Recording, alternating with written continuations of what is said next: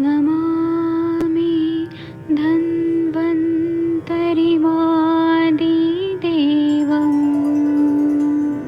सुरासुरैर्वन्दितपादपद्मम् लोके जरामृत्युनाशम्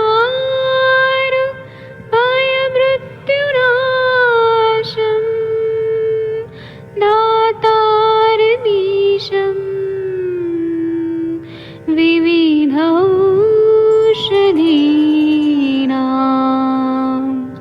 शङ्खं चक्रं जलौकां दधतं मृतघटं चारुतोर्भिश्चतुर्भिः सूक्ष्मस्वच्छादिरुद्यं शुकपरिविलसन्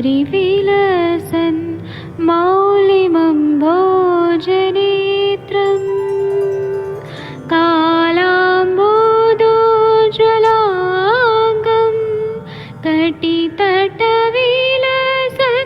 चारुपीताम्बराढ्यं वन्दे धन्वन्तरिन्तं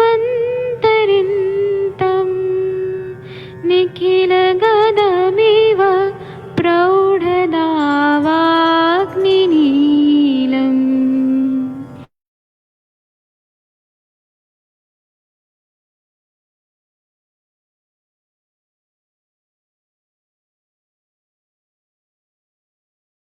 प्रणाम सभी लोगों को। मैं वैद्य अरविंद पाठक पुणे महाराष्ट्र से आप सभी लोग का स्वागत करता हूं।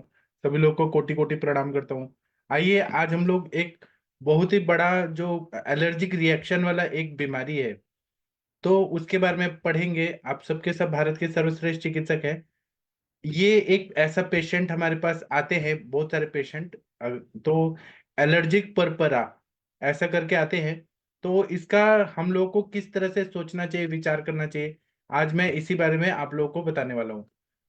आप लोग के क्लिनिक में भी ऐसे पेशेंट जरूर आएंगे या आते होंगे, तो आप लोगों को घबराना नहीं है कि इसका हम चिकित्सा कैसे करें। मैं आप लोगों को यही चीज सिखाऊंगा। एक मिनट रुक जाइए, एक मिनट रुक जाइए बस।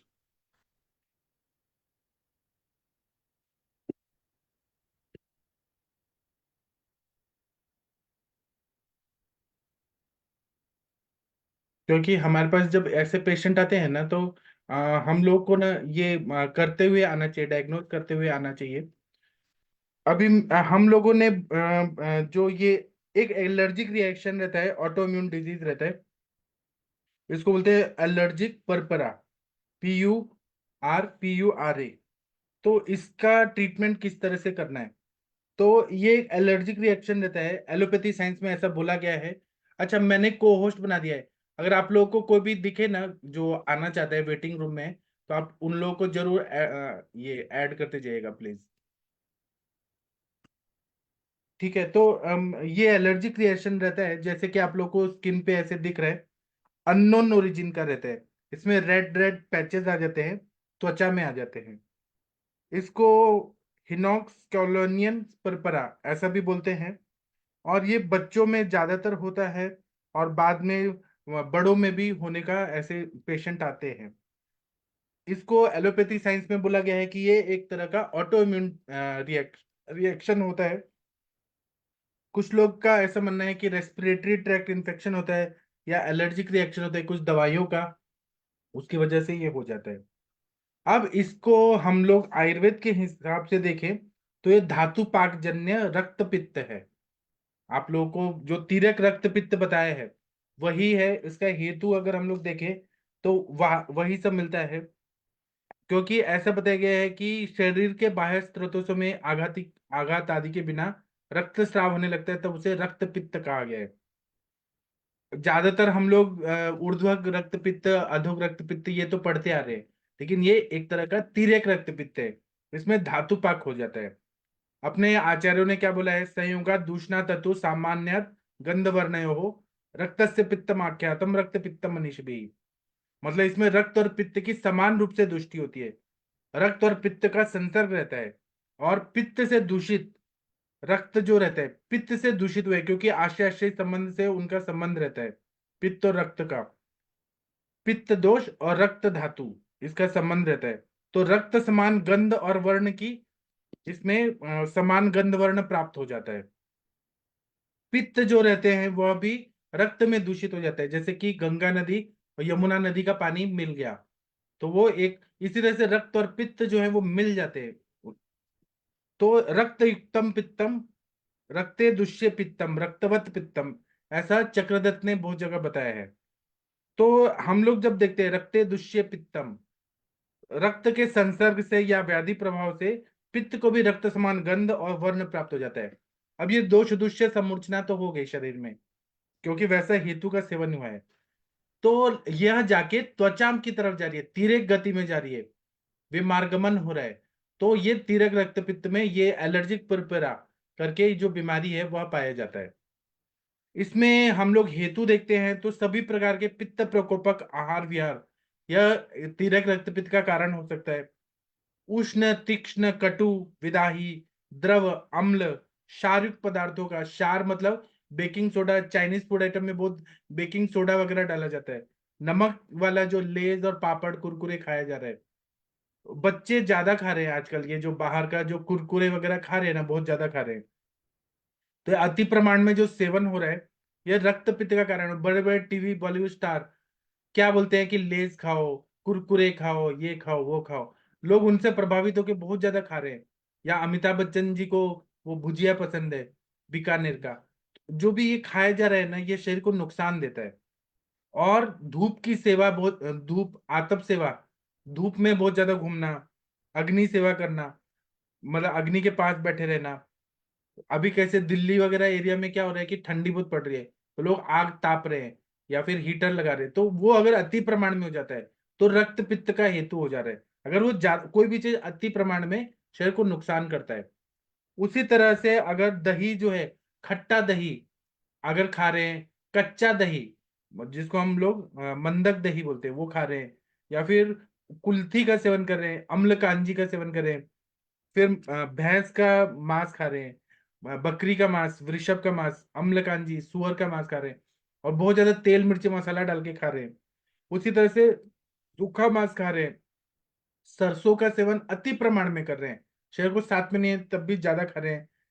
फिर पुदीना का सेवन, करंज का सेवन, लहसुन का सेवन अति प्रमाण में कर रहे हैं, अनेक प्रकार के मद्य का सेवन कर रहे हैं। ये सारे ये जो एलर्जिक पुरपुरा है ना इसमें पाया जाता है हेतु। मेरे पास ऐसे पेशेंट आते हैं, मैंने देखे हैं ऐसे ही हेतु रहते हैं।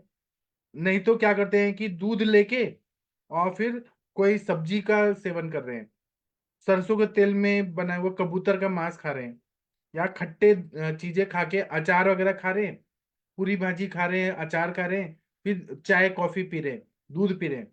तो ये सारा पित्त प्रकोप का कारण होता है। और इसमें दीवा स्वाप भी कारण होता है, जरूरत न होकर भी रक्त मोक्षण न करना ये भी कारण होता है, सर्दी का वेग विधारण करना, उल्टी आ रही है कहीं ट्रैवलिंग कर रहे हैं और उसको एंटी एमेटिक ड्रग से उसको रोक दिया गया, ये सब कारण के वजह से पूरे शरीर में पित्त का प्रकोप हो जाता है और उष्ण तीक्ष्ण गुण बढ़ जाते हैं, पूरे धातु में धातुओं का स्वेदन होता है, और पित्त बढ़ने की वजह से वो रक्त में मिल जाता है। और दूसरे तरह से यकृत और प्लीहा की भी दृष्टि होती है। आपके पास जब भी ऐसे एलर्जिक परपेरा के पेशेंट आए तो आप लोग जरूर देखिएगा रक्तवत स्रोतस के मूल स्थान यकृत और प्लीहा की दृष्टि होती है, और द्रव गुण अभिसंधि गुण बढ़ा हुआ रहता है, आम भी बढ़ा हुआ रहता है, उससे स्रोत अवरुद्ध होता है और रक्त की दृष्टि अधिक होती है। और विस्त्र गुण सर गुण जो है वह रक्त के गंधवर्ण मतलब पित्त का विस्त्र गुण और सर गुण बढ़ जाता है और रक्त में मिल जाता है, और उसको रक्त के गंधवर्ण की प्राप्ति हो जाती है। और समूर्छित पित्त और रक्त की दृष्टि होती है, रक्त वाहिनी पे दबाव पड़ता है, और कभी कभी रक्त वाहिनियां क्षतिग्रस्त हो जाती है और तिर्यक भाग में जाती है, और ये एलर्जिक पुरपुरा नाम का बीमारी हो जाता है। अब इसके वजह से क्या सिम्टम्स होते हैं, तो ये अगर रक्त की दृष्टि है बहुत ज्यादा और सिर में गया तो हेडेक होगा, सीवियर हेडेक होता है। कभी कभी रक्त पित्त की वजह से बुखार आता है, भूख नहीं लगती है क्योंकि आम बहुत ज्यादा रहते हैं, खाने की इच्छा नहीं रहती है, पूरा शरीर में रैशेस आते हैं जैसे कि आप लोग को स्क्रीन पे दिख रहा है, खुजली बहुत ज्यादा आती है, इचिंग बहुत ज्यादा होती है, अगर कफ का इसमें अनुबंध है तो खुजली बहुत ज्यादा आती है। इसी तरह से इसमें जॉइंट पेन बहुत ज्यादा होता है, अगर दूषित रक्त जाएगा तो पूरे बॉडी में जॉइंट पेन बहुत ज्यादा होने लगता है। इसी तरह से अगर ये दूषित रक्त पेट में गया तो एब्डोमिनल पेन होने लगता है, क्योंकि आम भी कहीं ना कहीं संचित है, तो एब्डोमिनल पेन होने लगता है। इसमें जो मल प्रवृत्ति है उसमें बहुत ज्यादा खून की प्रवृत्ति भी होने लगती है, कभी कभी ऐसा भी सिम्टम्स दिखता है। कभी कभी यूरिन में भी खून आने लगता है। कभी कभी यूरिन कम आता है, लो यूरिन वॉल्यूम होता है। कभी कभी ये दूषित रक्त जो रक्त पित्त है किडनी में गया तो किडनी फेलियर भी कर देता है। मतलब किसी ना किसी तरह से गंदा ये खून है, जो पित्त और रक्त दोनों दूषित है। इसी तरह से बहुत प्रोलॉन्ग हेडेक होता है। अगर ये पुरुषों के अंडाशय में गया तो स्क्वाटम में पेन होता है। हार्ट में गया तो मायोकार्डियल इंफाक्शन होता है। पैंक्रेटाइटिस करता है। इंटेस्टिनल ऑब्स्ट्रक्शन करता है। बॉवेल परफोरेट करता है। और ये जॉइंट पेन तो बहुत करता है, नीज जॉइंट एंकल जॉइंट में बहुत पेन होता है। तो इस तरह के रैशेस आते हैं। आप लोगों ने ऐसे पेशेंट देखे हैं क्या? कृपया अनम्यूट करके बताइए। कंचन मैम, आपने देखे हैं ऐसे पेशेंट? एक मिनट रुकिए, मैं अनम्यूट करने का ऑप्शन देता हूँ, एक मिनट। कंचन मैम शायद नहीं है। डॉक्टर पल्लवी मैम, आपने ऐसे पेशेंट देखे हैं स्किन के एलर्जिक परपरा के? ऐसे पेशेंट देखे हैं जिनको रेड रेड ऐसे रैशेस आए? नहीं सर, ये पेशेंट तो नहीं देखे, लेकिन अभी आपने सिखाया है तो उसमें इतना पता चल रहा है। यहाँ पे रक्त शुद्धि की और पित्त शमक चिकित्सा करना चाहिए, जी और थोड़ा सा मृदु विरेचन भी यहाँ पे देना पड़ेगा, तो जी सर ट्रीटमेंट में अच्छा फायदा होगा। जी। ये बीमारी का एलोपैथी में कोई भी इलाज नहीं है। सिम्टोमेटिकली स्टेरॉइड्स दिया जाता है, बस स्टेरॉइड्स, और जो भी सिम्टम्स है उसका इलाज किया जाता है। इसका कॉज ही नहीं पता कि ये क्यों होता है। ऑटो इम्यून डिजीज बोला है। इसमें रेड रेड रैशेस आते हैं, पूरा रक्त पित्त की संप्राप्ति होती है, तीर्यक रक्त पित्त होता है, एलर्जिक पुरपेरा ऐसे बताया गया है। ठीक है। और इसमें धातु पाक भी होता है, क्योंकि पित्त है उष्ण तीक्ष्ण गुण से बड़ा हुआ है। धातु पाक जन्य रक्त पित्त, इसमें ज्वर भी होता है, रक्त पित्त भी होता है। तो इसमें केवल और केवल तिक्त रसात्मक द्रव्यों का ही प्रयोग किया जाता है, क्योंकि आम भी है। अगर हमने मधुर रस का सेवन कराया, आम और बढ़ जाएगा। पित्त का तो शमन होगा लेकिन आम बढ़ जाएगा। कषाय रस का सेवन कराया तो आम बढ़ जाएगा। और पित्त को शमन करने वाले तीन ही द्रव्य हैं, मधुर रस, तिक्त रस और कषाय रस। तीन ही रस हैं, तो मधुर और कषाय को हटा देना पड़ता है। और केवल तिक्त रसात्मक द्रव्य जैसे कि रक्त पाचक, रस पाचक, पटोल, इंद्रकुट की जो भी तिक्त रसात्मक द्रव्य हैं। इसी तरह से हम लोग और क्या दवाइयां देते हैं? विधि शोणितीय अध्याय अगर आप लोग देखेंगे तो उसमें बताया है कि लंघन कराना चाहिए। सबसे पहले आम का पचन कराना चाहिए, लंघन, फिर विरेचन, रक्त मोक्षण और रक्त पित्त की सारी चिकित्सा इसमें करनी चाहिए। ठीक है। इसी तरह से इसमें गुड़ुच्यादि कषायम, क्योंकि तिक्त रसात्मक है, गुड़ुच्यादि गण के द्रव्यों का गुड़ुच्यादि कषायम, पंच तिक्त कषायम, कटुरोहिण्यादि कषायम, पटोल कटुरोहिण्यादि कषायम, अमृतोत्तरम कषायम, भूनिम्बादि कषायम। भूनिम्बादि कषायम अष्टांग हृदय में कुष्ठ चिकित्सा में बताया है, वो देने से यह पूरी तरह से ठीक हो जाता है। किसी को 3-4 महीना लगता है, किसी को ज्यादा टाइम लगता है। लेकिन आयुर्वेद के हिसाब से अगर देखें, एलर्जिक पुरपेरा जो है इसमें तिर्यक रक्त पित्त होता है, और इसकी चिकित्सा रक्त पित्त जैसी ही करनी है। पित्त के लिए मधुर तिक्त कषाय रसात्मक द्रव्य होते हैं, लेकिन इसमें आम बहुत ज्यादा है, स्त्रोतरोध बहुत ज्यादा है, और त्वचा में चला गया, तिर्यक चला गया है, तो हमें शमन करना है। तो हम मधुर रस और कषाय रस नहीं देंगे। मधुर रस गुरु होता है, पृथ्वी और आप प्रधान रहता है, तो उससे और ज्यादा आम बढ़ेगा। कोई भी मीठा दवाई नहीं देना है, जैसे अश्वगंधा या फिर जो भी हम बला वगैरह दे रहे हैं, शतावरी दे रहे हैं, नहीं देना है यहाँ पे। और कषाय रसात्मक भी नहीं देना है, केवल और केवल तिक्त रसात्मक प्रधान द्रव्य देने हैं। इसी तरह से अमृता षडंग कषायम देना है, तिक्तक कषायम, महातिक्तक कषायम। इसमें घृत भी नहीं देना है शुरुआत में, क्योंकि आम बहुत ज्यादा है। फिर इसमें हम लोग शतावरी गुड़ुची पानीयम, एक शरबत टाइप बनाइए, शतावरी डालिए। जब ये आम का पचन हो जाए, तब थोड़ा भूख लगने लगे लंघन कराने के बाद, तो शतावरी और गुड़ुची डाल के शरबत टाइप बना के, और ये पूरा दिन में 300 ml तक दें, तो इससे एलर्जिक पुरपेरा में फायदा होता है। इसी तरह से अगर बुखार आ रहा है, फीवर है, आम का संप्राप्ति बहुत ज्यादा बना हुआ है वहां पे, आमाशय में, तो सुदर्शन घनवटी देते हैं ज्वरग्न के रूप में, बिल्वादी गुटिका देते हैं, दशांग अगत देते हैं। कभी कभी यहाँ पे रक्त की इतनी दुष्टि होती है कि विषजन्य प्रभाव भी रहता है शरीर में, कहीं ना कहीं दूषी विष गया हुआ रहता है, तो इसलिए दशांग अगत देते हैं। फिर इसमें सूक्ष्म त्रिफला देते हैं। सूक्ष्म त्रिफला जो रहता है वो एंटीबायोटिक का भी काम करता है और एलर्जिक रिएक्शंस में बहुत ही अच्छा काम करता है। तो आंवला, बीबीतक और हरितकी का सूक्ष्म त्रिफला, और एकेटी अमृता गुगुल, कैशोर गुगुल, त्रिफला गुगुल, ये देने से फायदा होता है। हम डोजेस जो है एक एक गोली, दो दो गोली जैसे देना है वो दे सकते हैं। घृत पहले नहीं देना है, आम का पचन होने के बाद। जब आम पच गया, पेशेंट को भूख लगने लगा, तब हमें आना है तिक्त रस के घृत पे। जैसे तिक्त घृत, महातिक्त घृत जो कुष्ठ रोगाधिकार में है, वो देने से 5-5 ml सुबह शाम देना है, दूध के साथ देना है। तो ये रक्त पित्त जन्य जो तीव्र रक्त पित्त है उसमें फायदा होता है। इसी तरह से हम लोग गंधक रसायन देते हैं, वो पित्त शामक रहता है। इसी तरह से मधुस्नुही रसायन जो है बहुत ही अच्छा फायदा करता है, उसको हमें जरूर देना है, उससे फायदा होता है। इसी तरह से कुछ हमारे सुधाकल्प है, जैसे प्रवाल पिष्टी। प्रवाल पिष्टी रक्त पित्त की बहुत ही अच्छी दवाई है, तो प्रवाल पिष्टी, शंख भस्म, खासकर पिष्टियां जो है गुलाब जल में जो बनाई है, तो वो बहुत अच्छा काम करती हैं। और गैरिक भस्म बहुत अच्छा काम करता है। गैरिक एक पार्थिव द्रव्य है और वो पूरा पित्त की उष्णता तीक्ष्णता को एब्जॉर्ब कर लेता है, इसलिए स्वर्ण गैरिक का भस्म जो है 3 चुटकी मात्रा में देना है, 3 पिंच इतना ही देना है शहद के साथ सुबह शाम। इसी तरह से चांदी का भस्म जो है, ड्रॉप पे भस्म, वह बहुत ही अच्छा काम करता है, इफेक्टिव होता है, पित्त का शमन करता है। इसी तरह से इसमें विरेचन कराना बहुत जरूरी होता है, क्योंकि ये तीव्र रक्त पित्त होता है, एलर्जिक पुरपुरा। जो लोगों ने पेशेंट देखे हैं उन लोगों को मैं बता रहा हूँ, आप लोग तीव्र रक्त पित्त की चिकित्सा करिए, 100% ठीक होते हैं पेशेंट। एलोपैथी में इसका इलाज नहीं है, वो लोग एंटीहिस्टामिनिक ड्रग देते हैं, एंटी प्रोस्टाग्लैंडिन ड्रग्स देते हैं, सेट्रिजिन, एविल और उसका सब आईवी टाइप लगा के देते हैं एलोपैथी में, और वो ऑटो इम्यून डिजीज बोल दिया जाता है कि नहीं इलाज है इसका, पूरी लाइफ दवाई खाना पड़ता है। लेकिन आयुर्वेद में इसका इलाज है, हम लोग जड़ से बीमारी निकालते हैं।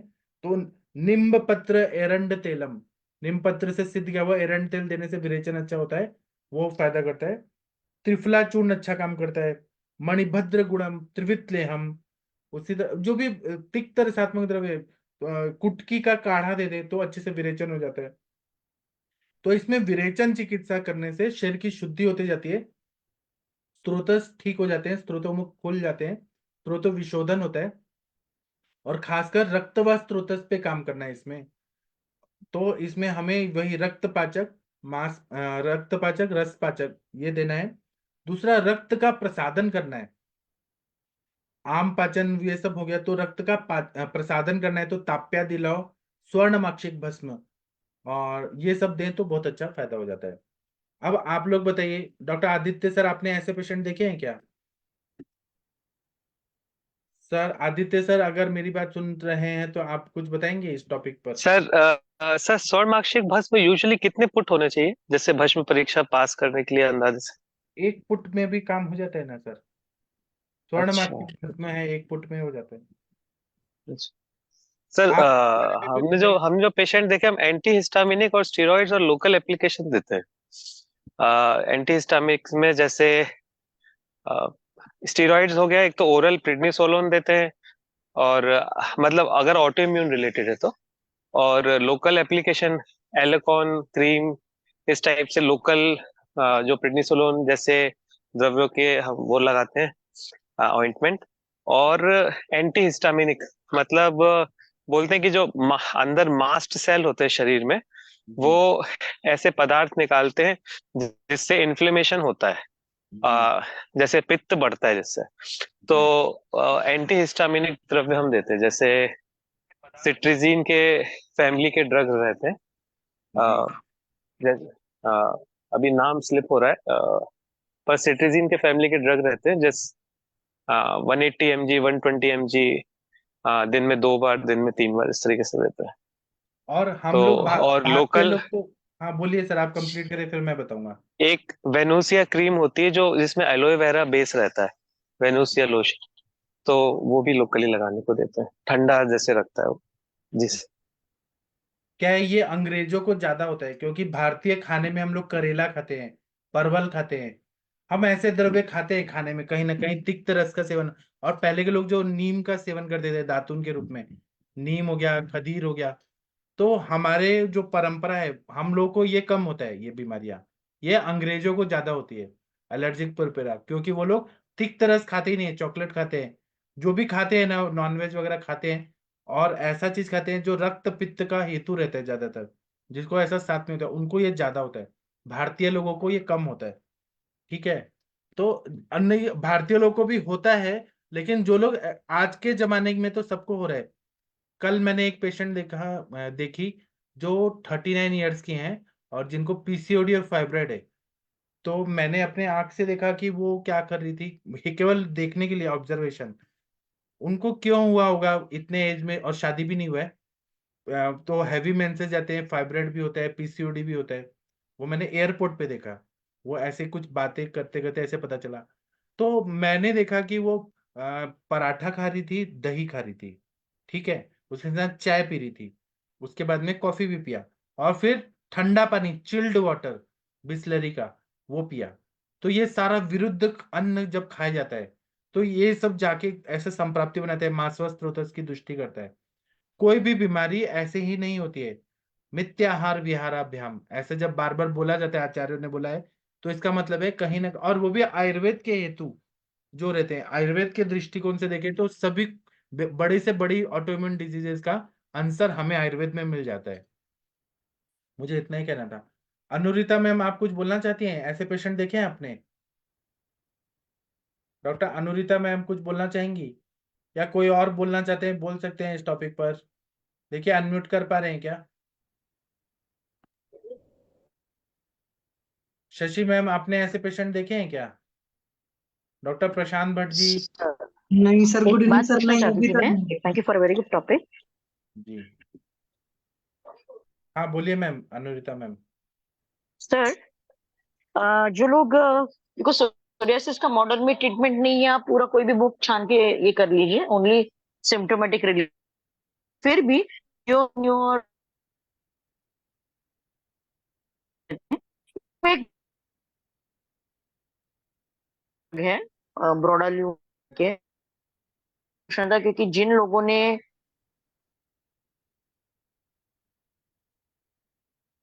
किसी को अनुरिता मैम की आवाज आ रही है क्या ठीक से? मुझे तो नहीं आ रही है। नो सर, आवाज नहीं आ रही। नहीं आ रही है। नहीं आ रही है मैम, आपका आवाज नहीं आ रहा है, आवाज कट रहा है, कहीं आप नेटवर्क एरिया में नहीं है? बस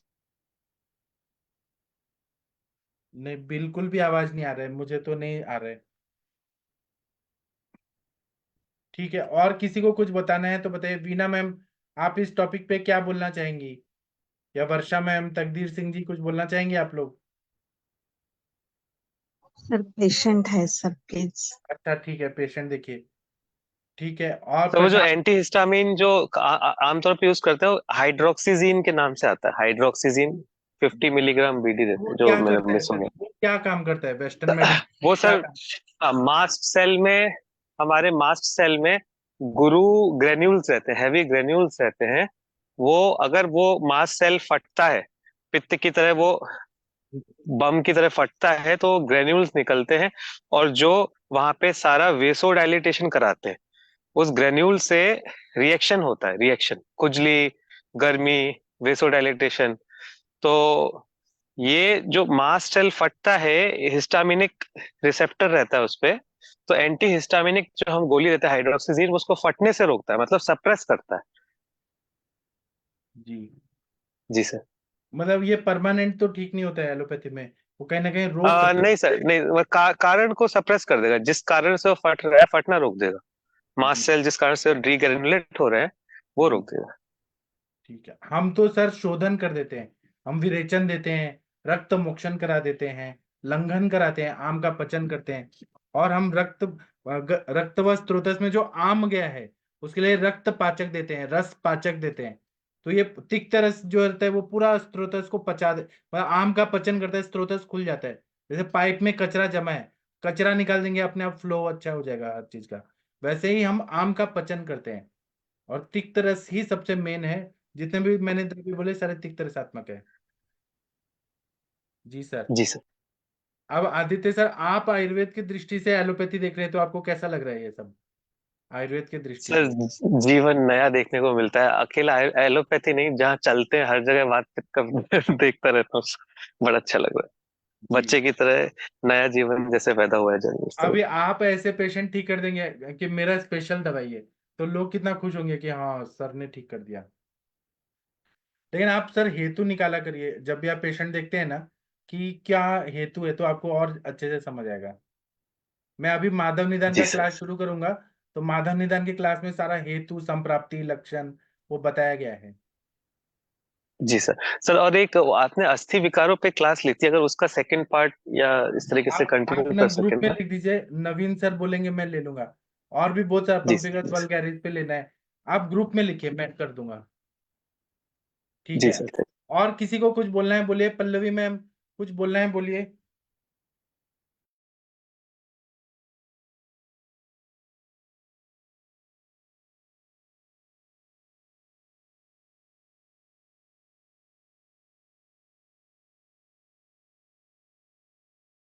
ठीक है। और किसी को, मनीषा मैम, आपने ऐसे पेशेंट देखे हैं क्या एलर्जिक पुरपेरा के, कि मतलब ऐसे red red red red rashes आ गए और खुजली आ रही है, बहुत ज्यादा दाने दाने हो गए? मनीषा मैम, आपके प्रैक्टिस में ऐसे पेशेंट आए हैं? ये तीरक रक्त पित्त होता है, एलोपैथी में इसको ऑटोइम्यून डिजीज बोलते हैं। पूरा ऐसे रेड रेड रेड रेड आ गया। हाँ मनीषा ठीक मैम है। बताइए। जी सर, प्रणाम सर। मैं ऐसे तुरंत पेशेंट देखे आपने? सर, फेस में मिलते हैं पेशेंट के कई, चेहरे में पूरा हाँ ऐसे दाने दाने जैसे आते हैं, ऐसा लगता है कि वो चिकन पॉक्स हो। जी। और बाद में उनका थोड़ा सा फीवर भी लगता है। जब ये ज्यादा इरिटेट होता है तो उनको शिवरिंग भी होती है, फीवर जैसे भी लगता है। जी। तो वही पित्त शामक औषधियाँ चलाते हैं सर इसमें। क्या क्या देती हैं आप? आपने सही अ, बताया, फीवर आता है जी इसमें। सर। हाँ हाँ बताइए। हाँ हाँ सर, और इसमें कुछ तो भी ऐसा होता है जैसे कभी कोई मेडिसिन का हो गया, या कुछ ऐसे खान पान में हो गया, या कुछ ऐसा एटमॉस्फेरिक हो गया। कई तरह की एलर्जी सामने उनको दिखती है। जी। बट मैं मेडिसिन के रिएक्शंस के ही मैंने देखा है इसमें। तो वही जी। सर थोड़ा सा विरेचन दे करके और प्रवाल युक्त गुलकंद चलाते हैं, सारिवा चलाते हैं, सारिवा सुचेखर। और प्रवाल और हाँ सुचेखर। सर, सूद शेखर चलाएंगे, और उसको भी देखते हैं उसमें भी वात और कफ का भी यदि रहा तो उसके अकॉर्डिंग चल रहे हैं सर। इसमें यूजुअली मैं सारिवा, मंजिष्ठा, सूद शेखर, प्रवाल और गुडुची इसको चलाती हूँ, और सारिगाधा सवम, और साथ में थोड़ा प्रवाल युक्त गुलकंद चलाती हूँ, और लग्जेटिव देती हूँ सर इसमें। और इसमें बराबर। साथ में थोड़ा पंचतिक्त को भी चलाती हूँ मैं, जी। कषायम। जी। जी। अब देखिए इसमें ना, हमारे सर ने, आदरणीय वैद्य समीर जमदग्नि सर ने हमें कुछ नोट्स में बताए हैं कि ये सारे द्रव्य इस पे देने चाहिए तो बहुत अच्छा फायदा होता है। उसमें है उशिर, चंदन, हरिद्रा, दारू हरिद्रा। सारा मतलब रक्त का प्रसादन कर रहे हैं, रक्त का शोधन कर रहे हैं, ये रक्त पित्त पे काम कर रहे हैं। तो हरिद्रा, दारू हरिद्रा, यष्टि मधु, मुस्ता, मंजिष्ठा, पद्मकाष्ठ, फिर मौक्तिक पिष्टि, मोती की पिष्टि जो रहती है बनाई जाती है, गैरिक, प्रवाल, ये शीत वीर्यात्मक तिक्त रसात्मक द्रव्य और पित्त शामक द्रव्य दिया जाता है। और इसमें कषाय रस ज्यादातर शुरुआत में नहीं देते हैं, मधुर रस नहीं देते हैं। और इसमें हम लोग और क्या दे सकते हैं, तो जैसे कि मैम ने बताया, सुचेकर रस बहुत अच्छा काम करता है। इसी तरह से शंख भस्म अच्छा काम करता है। चंद्रकला रस सबसे अच्छा रक्त का शमन पित्त का शमन करता है, रक्त का प्रसादन करता है। चंद्रकला रस, प्रवाल भस्म, मौक्तिक भस्म, कामदूधा रस। फिर आसव रिश देते हैं, जब आम का पचन और अच्छा से करना है तो उशिरासव, चंदनासव, सारिवाद्यासव। आम स्त्रोतरोध को ठीक करते जाता है, आम का पचन करता है, पित्त का भी शमन करता है ना। और इसमें हम लोग कमल नाल देते हैं, प्रियंगु देते हैं, फिर यष्टि मधु, पलाश, ऐसे शीत वीर्यात्मक द्रव्य देते हैं, बहुत अच्छा फायदा होता है। खाने पीने में इसमें बहुत ज्यादा महत्वपूर्ण रहता है, तो मुद्ग यूष, मूंग का दाल का यूष देते हैं, पटोल, दाड़िम, अनार देते हैं, आंवला देते हैं। फिर इसमें नवनीत देते हैं, मक्खन देते हैं खाने को, गाय का दूध देते हैं। और इसमें क्या वर्ज करते हैं, तो एक्सरसाइज, बहुत ज्यादा हैवी एक्सरसाइज नहीं करना है, वेग विधारण नहीं करना है, धूप में नहीं घूमना है, बहुत ज्यादा घूमना नहीं है। सबसे ज्यादा सिगरेट स्मोकिंग, जो लोग सिगरेट स्मोकिंग करते हैं उनको ये ज्यादा होता है, सिगरेट जो चेन स्मोकर रहते हैं। और अति मैथुन नहीं करना है, अति क्रोध नहीं करना है, और सारे पित्तकर आहार विहार जो है, जैसे अजीर्णासन, फिर रात्रि जागरण, फिर दिन में सोना, ये सारे पित्त प्रकोप, फिर बहुत ज्यादा विदाही अन्न खाना, एक ही तेल में बनाया हुआ समोसा खाना, पकौड़ा खाना, या फिर वो क्या करते हैं, समोसा वगैरह रहते हैं ना दुकानों में, तो वो लोग क्या करते हैं कि फिर से गर्म करके फिर देते हैं, जो रीहीटिंग किया जाता है कोई भी चीज का, वो पित्त का प्रकोप करता है, बहुत ज्यादा विदाह उत्पन्न करता है। ऐसे चीजों को वर्ज कर दिया तो पेशेंट हमारा ठीक हो जाता है। ठीक है, आप लोग कुछ और बोलना आप लोग को समझ आया क्या मैंने जो बताने का कोशिश किया? सर नवनीत का अर्थ मक्खन होता है? हाँ जी, नवनीत मतलब मक्खन। हाँ ठीक है, तो आप लोग ऐसे पेशेंट देखिएगा, पेशेंट देख के हमें भी बताइएगा कि आपको कैसा अनुभव आया। मैं यहाँ पे हर बीमारी को ला रहा हूँ, स्किन का, ब्रेन का, कोई भी ये नहीं बोले कि आयुर्वेद में कहाँ लिखा है, आयुर्वेद में सब लिखा है, लेकिन हमको उस तरह से देखने वाला चाहिए, दिखाने वाला रास्ता दिखाना चाहिए। हमको हमारे गुरु लोगों ने दिखाया है, इसलिए मैं आप लोगों को ये दिखा रहा हूँ कि ये तिर्यक रक्त पित्त है। ठीक है, तो इसका चिकित्सा हो जाता है। अभी मैं किसी को कुछ बोलना है तो बोल सकते हैं। सर विदाही का अर्थ जिसका दाह गलत रास्ते पे चला गया है। नहीं, विदाही अन्न ऐसे होते हैं जैसे कि आप कभी सर, कभी ऐसे जगह पे गए हैं कि जहाँ पे समोसे बन रहे हैं, कंटिन्यू बन रहे हैं, और तेल जी जला सर, हुआ जी है, सर, चल जला जाता है हुआ तेल। तेल, वो समोसा आप खाएंगे ना तो आपको खाते ही जलन होने लगेगा। जी सर, जी सर। जहाँ जला हुआ तेल से बनाया जाता है, या फिर मतलब कुछ ऐसे बहुत रेड चिली पाउडर डाल के या सॉसेस डाल के बहुत ज्यादा स्पाइसी बनाया जाता है, वो खाते ही जलन होने लगती है, पूरा चेस्ट में बर्निंग होता है, गले में बर्निंग होता है, वो होते हैं विदाही। कुछ लोग रेड चिली का सॉस खाते हैं, इतना तीखा होता है, बाप रे इतना तीखा होता है।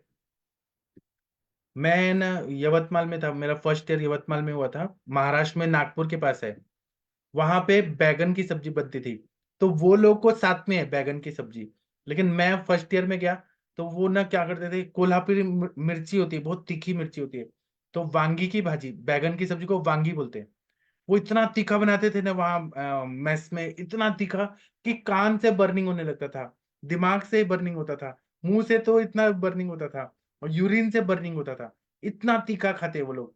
उनके लिए साथ में, लेकिन नागपुर में गर्मी भी बहुत है, तो वो लोग खा सकते हैं, लेकिन मेरे को तकलीफ होती थी उससे।